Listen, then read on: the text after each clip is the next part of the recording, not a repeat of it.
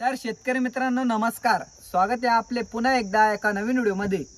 मित्रांनो आजचा हा व्हिडिओ सर्व शेतकरी भावांसाठी खूप महत्त्वाचा राहणार आहे। कारण की मित्रांनो आपला जो सौर कृषी पंप आहे त्याला आपल्याला मोबाईलवरून कसा चालू बंद करायचा आहे ती संपूर्ण माहिती आपण या व्हिडिओमध्ये देणार आहे। आणि हा व्हिडिओ आपल्याला शेवटपर्यंत पाहणे खूप गरजेचे आहे, कारण की या व्हिडिओमध्ये आपण संपूर्ण डिटेल देणार आहे। आपल्याला जो पंप आहे तो कसा मोबाईलवर ऑपरेट करायचा आहे, म्हणजे आपण घर बसल्या बसल्या आपला जो पंप आहे त्याला मोबाईलवरून चालू बंद करू शकतात। आणि मित्रांनो आपण टायमिंग पण सेट करू शकतात, म्हणजे आपण समजा आता ते 11 वाजेचा टायमिंग सेट केला, आपला जो सौर कृषी पंप आहे तो नेमका 11 वाजले ऑटोमॅटिकली आपला जो पंप आहे तो इथे चालू होईल मित्रांनो। आणि बंद करायचा पण टायमिंग आपण सेट केला, 11 वाजता चालू करायचा आणि 12 वाजता इथे आपला सौर कृषी पंप बंद करायचा। असा टायमिंग जरी सेट केला आपण घर बसल्या बसल्या, हा जो पंप आहे तो 11 वाजता चालू होईल आणि 12 वाजता बंद होईल। आपल्याला वावर द्यायची गरज पण नाही मित्रांनो, ती संपूर्ण माहिती आपण या व्हिडिओमध्ये देणार आहे। तर आपल्याला हा व्हिडिओ शेवटपर्यंत पाहणे खूप महत्त्वाचे आहे मित्रांनो, कारण की मोबाईलवर कसं आपल्याला इथे डिटेल भरायची आहे, कोणती डिटेल इथे टाकायची आहे, कोणतं ॲप्लिकेशन आहे, संपूर्ण माहिती जी आहे ती आपण या व्हिडिओमध्ये देणार आहे। आणि मित्रांनो आपल्याला जर हा व्हिडिओ आवडलाच या व्हिडिओला लाईक करा आणि चॅनलला सबस्क्राईब करायला विसरू नका। तर मग चला हा व्हिडिओ सुरू करूया। तर शेतकरी मित्रांनो सगळ्यात पहिले आपल्याला काय करायचं आहे ते समजून घ्या। तर सगळ्यात पहिले आपल्याला एक ॲप्लिकेशन डाउनलोड करायचं आहे, तुम्ही इकडे बघू शकतात। सगळ्यात पहिले आपल्याला SSP RMS जी ॲप्लिकेशन आहे ती आपल्याला इथे डाउनलोड करून घ्यायची आहे प्ले स्टोरवरून। आणि प्ले स्टोरवरून ती ॲप्लिकेशन डाउनलोड झाल्याच्या नंतर मित्रांनो आपल्याला तिला इथे ओपन करून घ्यायची आहे। तुम्ही बघू शकता तिथे सगळं आपण लाईव्ह दाखवणार आहे। तर मित्रांनो ही ॲप्लिकेशन ओपन केल्याच्या नंतर आपल्या समोर असा पेज ओपन होईल। इथे तुम्ही बघू शकतात एंटर युअर IMEI नंबर।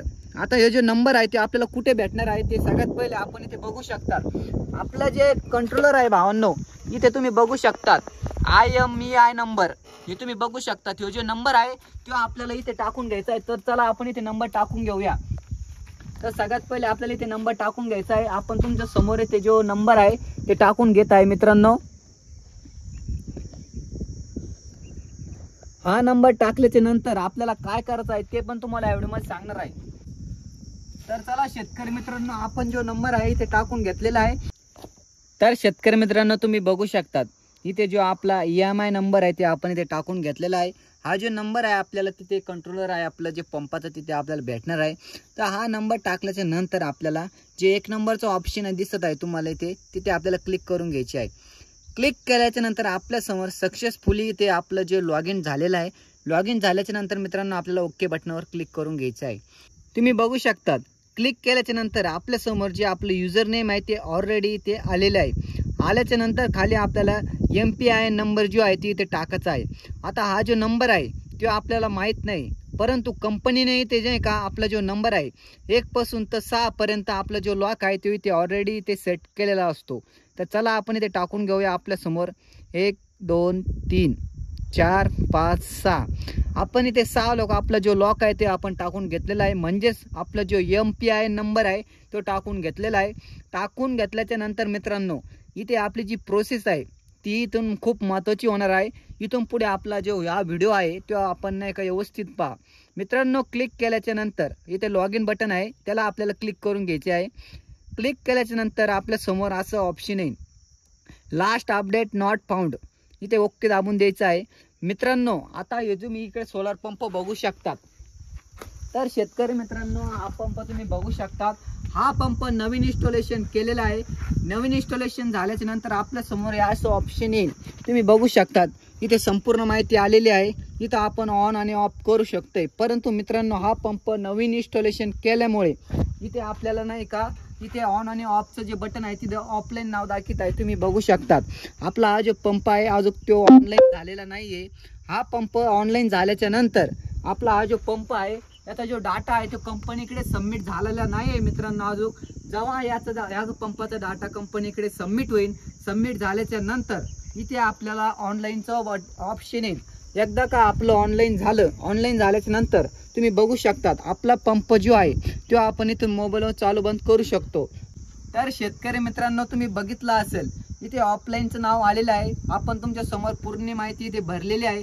मित्रांनो, हा पंप नवीन इन्स्टॉलेशन झाल्यामुळे याचा जो डाटा आहे ते कंपनीकडे सबमिट झालेला नाही, त्यामुळे हा पंप इथे ऑफलाईन दाखवत आहे. परंतु आपला जो पंप आहे तो बसून किंवा 1 महिना झाला असेल किंवा 2 महिने झाले असेल तर आपण त्याला मोबाईलवरून चालू बंद करू शकतात, कारण की आपला जो डाटा आहे तो कंपनीकडे सबमिट झालेला असतो. हे आपला जो पंप आहे ते नवीन इन्स्टॉलेशन झालेला आहे. इन्स्टॉलेशन होऊन याला 1 हप्ता कंप्लीट झालेला आहे. अजून जो डाटा आहे तो कंपनीकडे सबमिट झालेला नाही मित्रांनो, त्यामुळे आपला जो पंप आहे तो इथे ऑफलाईन दाखवत आहे. तुम्ही बघू शकता इथे तुम्ही पूर्ण बघून घ्या. इथे आपलं जे आहे ते इथे ऑफलाईन दाखवत आहे. इथे सिग्नल, इथे संपूर्ण आपली जी माहिती आहे ती आलेली आहे. एकदा का आपले इथे डाटा कंपनीकडे सबमिट झाल्याच्या नंतर आपला पंपाचं जे तापमान आहे, आपला पंप किती चाललेला आहे, किती इथे वॅटचं करंट त्याला येत आहे, संपूर्ण माहिती आपल्याला या ॲप्लिकेशनमध्ये भेटणार आहे. इथून आपली जी मोटर आहे ती तुम्ही इथे बघू शकतात. इथून आपली जी मोटर आहे ती इथून तुम्ही चालू आणि बंद करू शकतात आणि ते तुम्ही टायमर पण सेट करू शकतात. आपल्याला या टाइमवर आपला जो सौर कृषी पंप आहे तो चालवायचा आहे. 11 वाजेचा टाइम सेट करा, 12 वाजेचा टाइम सेट करा, त्याच टायमावर आपला जो सौर कृषी पंप आहे तो चालू होणार आहे. मित्रांनो, जर तुम्हाला हा व्हिडिओ आवडला असेल तर या व्हिडिओला लाईक करा आणि चॅनलला सबस्क्राईब करायला विसरू नका. भेटूया असेच नवनवीन माहितीसह. धन्यवाद.